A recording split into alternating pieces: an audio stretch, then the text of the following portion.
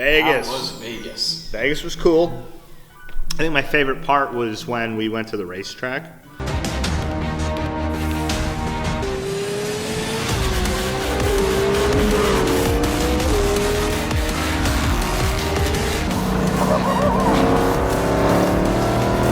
Scott and I had the Aventador, the Lamborghini Aventador, and Scott had the GTR, and we both, took a ride in the SUV when we got there, And when they take you for a ride, it's a race car driver taking you for a ride in this Porsche Cayenne, and that's a fast SUV. And hitting those corners, like letting you know what that's about to feel like, is pretty enlightening. They go fast. They hit those corners fast, and they're trained. And, the lateral G-forces that you feel are nuts. So then you get in the car, Scott drove first, he got in his, and he was doing his thing, and he was going real fast. And then, as he was pulling off, my guy came and grabbed me, so we didn't talk between. And so he's watching me, and I'm in the Aventador. And the thing's just nasty. Nasty fast. And the instructor described it as violent when he was prepping me for it. Violent fast. And it is. It's absolutely an accurate description of that vehicle. It's awesome. It's 700 horsepower. It's paddle shifter manual. Just sick. You're all clear. Head on the track now. Merge over to your right. Harder. Good. Eyes right. Turn it down to your apex, driving it all the way down to the bottom of the track. Starting to squeeze back into the throttle and unwind to the left. Straighten it out. Stay left. Keep on going and brake. Downhill. That was freaking cool, dude. You're a great instructor. Thank you. I appreciate it. Made me feel like I knew what I was doing for a second. You only got to probably about 125 miles an hour, but it was in 1,800 feet. So it was fast. As far as, we took a ride in the Charger Hellcat. It's 800 horsepower, rear wheel drive, total waste of power, so it just spins the tires a lot. So that's exactly what they do with it. They have a drifter driver that takes you around the track sideways. And you see me in the back seat just bracing the whole time. I couldn't, you slide all over the place back there. But it was awesome. It was absolutely awesome. The dune buggies, we didn't get any footage of, but it was Scott, myself, and the guide, who was a real cool guy. I'd love to remember his name and give him a shout out. But these guys are great out there. You'd have loved it.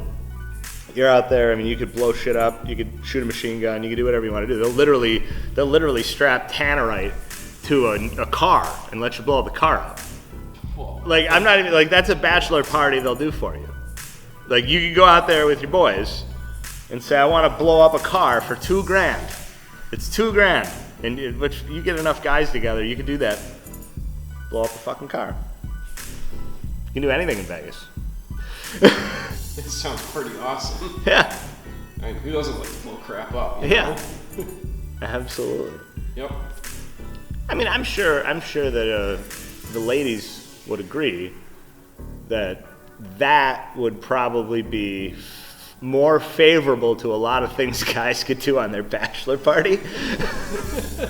Yeah, honey, go blow up the car. Good. Let him blow up the car. If he's going to Vegas, that's $2,000. Send him with $2,100. To sustainably do the kind of work I do, which is to be the Sherpa for people going through a very traumatic, time in their lives where they're up in the air of where they're going to live on which day.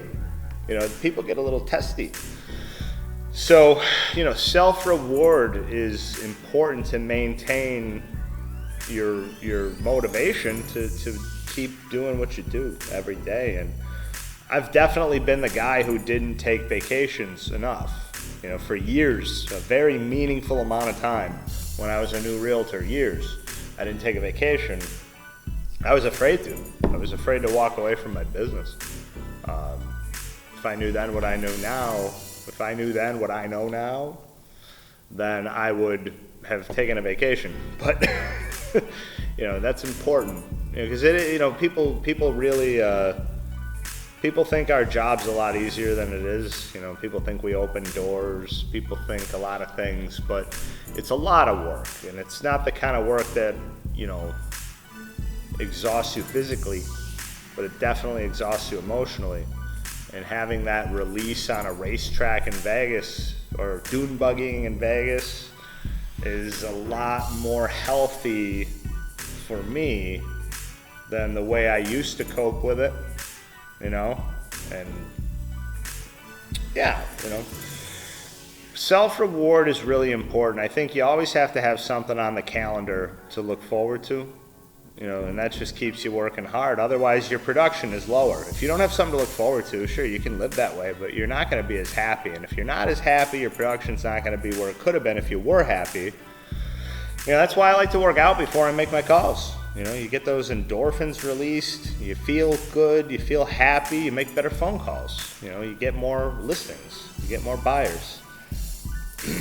People want to talk to happy people. Vacation keeps you happy. You know, and genuine happiness too. It gives you something to talk about with your clients. You get to tell them a story they like to hear, and you're telling it with a genuine, you know, happiness, and that's just that attracts beautiful things to your life when you're happy. And life's supposed to be abundant. You know, life is supposed to be abundant. It's not supposed to be a struggle. That's old school nonsense. It's supposed to be abundant for everybody.